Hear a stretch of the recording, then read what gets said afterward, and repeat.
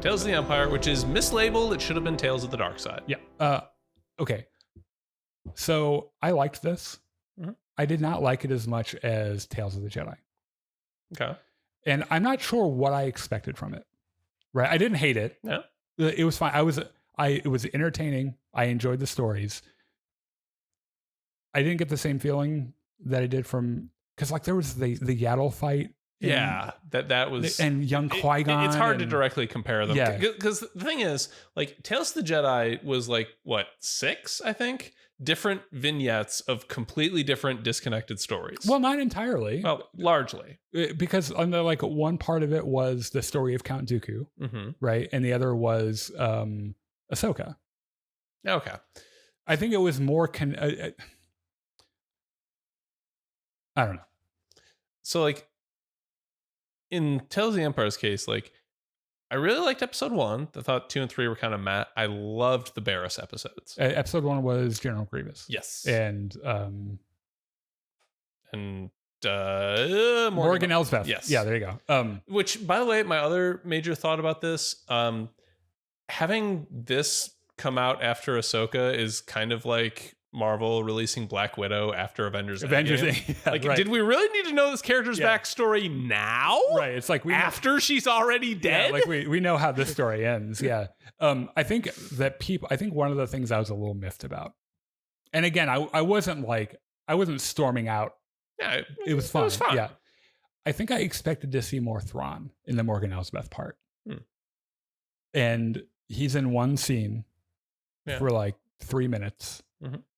And then he just fucks off. Yeah. He's very good at doing the Batman thing, where like there's nothing there. The character turns around, and then there's Thrawn. Yeah. And then they turn around to think, and they go to talk to him, and then he's just gone. Right.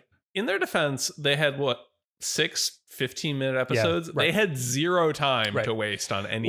Which, by the way, I normally bitch about shorter format episodes, but for this works for this kind of storytelling, I think, and it worked for Tales of the Jedi as well. Yeah. Like when you're very directly, very thinly focused or very tightly focused on one specific story. Yeah. With like 2 scenes, it works. Yeah. I thought General Grievous was a lot more terrifying in Tales of the Empire than he was literally anywhere else, except for the 2D. Yeah. Because he's terrifying in that. I also noticed that the battle droids didn't say anything. They didn't have any little quips. And it made them spooky and effective. And they were scary. Yeah. So I really liked that. And Morgan Elsbeth, that pair of like scythes that she had, I was like, first of all, an entirely non-practical weapon. Of course. But looks cool as fuck. Yeah. Right. And they got the runes on it and they glow green and shit. The one thing that they didn't go into in the Morgan Elsbeth story that I kind of wish they did is where she got the Beskar spear. Oh, because she just kind of had it. She just had it. Yeah, it just kind of shows up. Yeah, I guess it doesn't matter. It doesn't, but it would have been nice to see. I think it is interesting to know that she kind of inserts herself as the leader of this place and then just fucks it over. Yeah. And I like the appearance from Rook. Thrawn's Nogri bodyguard. Oh yeah, who's from the original story, the original trilogy, or the original Timothy Zahn story. So that was kind of cool because he's kind of a fan favorite from the and so that was cool. And having a couple of appearances from Captain Paleon was neat, who is also an original trilogy character. Yeah. Who we didn't see officially until that episode of The Mandalorian when they have their evil guys hologram meeting. Yep. And it was a big deal when it happened because it was like, oh, it's Captain Paleon. That's fucking... Yeah. This might have offended canon a little bit because from what I've read from the Thrawn, but like the new canon books, I'm not sure he knew Paleon yet. There was another guy he was doing stuff with. Okay. That sounded really gross. Not like that. that might have been more appropriate. Come on, Daniel. Blue people have sex too. Yeah. So like but I don't know. I wasn't like, oh my gosh, how could they do this? And so the Barasafi story I did enjoy more. Yeah. I think people were expecting to see a little bit more Vader. Honestly, I feel like they kind of skimmed over the whole "you're an Inquisitor now" like training arc. Yeah. Like they could have. I could have lived with an entire season of just that. Yeah. Of like Evil Academy. Yeah, that would be actually really cool. Yeah.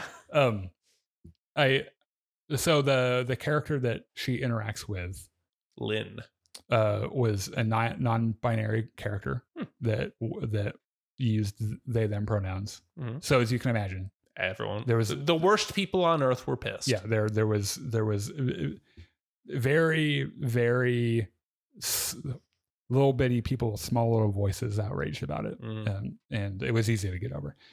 I really liked their good cop bad cop routine. Yeah. In episode 5, she kills that whole fucking. Yeah, like, Lynn walks in and is like, "You're gonna tell me where that fucking Jedi is?" Yeah. And Barriss finds this one kid is like, "Hey, you want to tell me where the Jedi is? Here's a sucker." Have some candy. I'll take off my helmet so you can see my face. He's like, "Yeah, the Jedi's up there." She's like, "Oh, great, thank you. Hey, Lynn, let's go." Lynn's like, "I'm gonna kill you all." Yeah. Barriss is like, "Can you chill?" Lynn's like, "I will not chill." No chill. Yeah, she killed that whole fucking like group of people too. And there was a good lesson to be learned at the end of that little arc. And it looks like Barriss might have survived a lot longer than we originally thought and might still be alive. I think she's dead. Really? I mean, she got stabbed. Well, I mean, a lot of people get stabbed nowadays. She got stabbed. She had a dramatic little last breath sequence. I think she just lost consciousness. I think she's dead. I don't know. Like Reva got stabbed. Reva was like staggering around afterwards. Sabine got stabbed. Like that was a really the Grand Inquisitor got stabbed. Like that was a really obvious "I am dying now." Like while Lynn was cradling her, like she was like, "I forgive you," and I'm just saying there's context there that makes me think she's dead. I don't know. After I've seen so many people now stabbed and lived, maybe it just hit her second stomach or something. Okay. Yeah. But it was a nice little redemption arc for Lynn. Mm-hmm.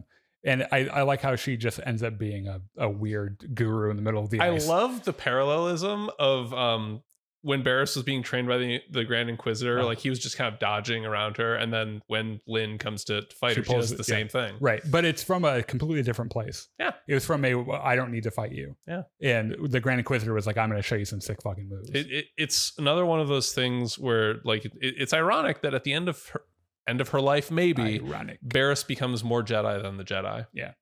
Which if it weren't for all the wanton murder and destruction, might have been true anyway. Yeah. I mean, if she wasn't a terrorist. But then she did terrorism, and then it kind of just like she kind of did a 9/11. Yeah. So like there is that whole thing.